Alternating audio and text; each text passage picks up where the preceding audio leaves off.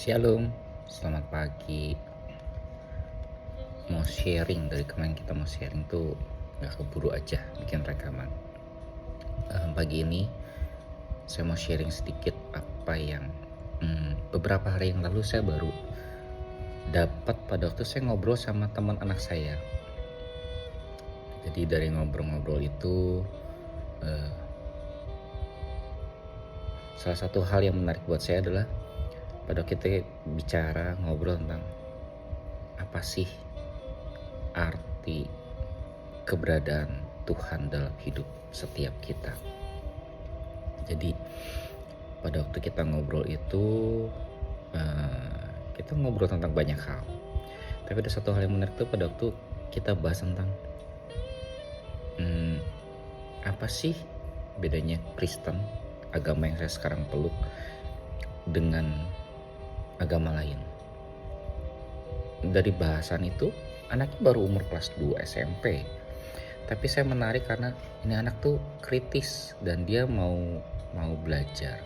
Saya bukan guru agama, tapi saya cuman seorang yang sedang diproses diubahkan sama Tuhan, pola pikir saya, pola perkataan saya supaya menjadi sesuai dengan apa yang Tuhan mau. Jadi singkat cerita, kita bahas dan sampai ke satu titik di mana apa sih Tuhan itu? Tuhan itu siapa? Dari obrolan itu saya tiba-tiba keluar satu perkataan begini. Semua agama itu mengajarkan hal yang baik. Pada dasarnya mengajarkan hal yang baik. Cuma dari perbedaan adalah bagaimana kita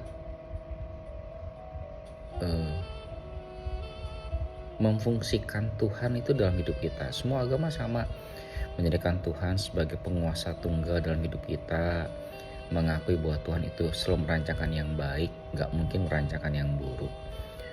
Tapi kenapa sih kok kita menyembah Tuhan? Saya bilang begini,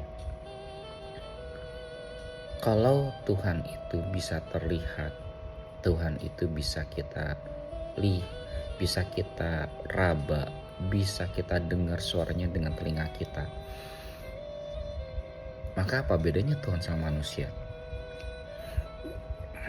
Tuhan yang semua agama sembah adalah sosok pribadi yang diakui dan diterima sebagai sosok yang jauh lebih daripada seorang manusia manapun.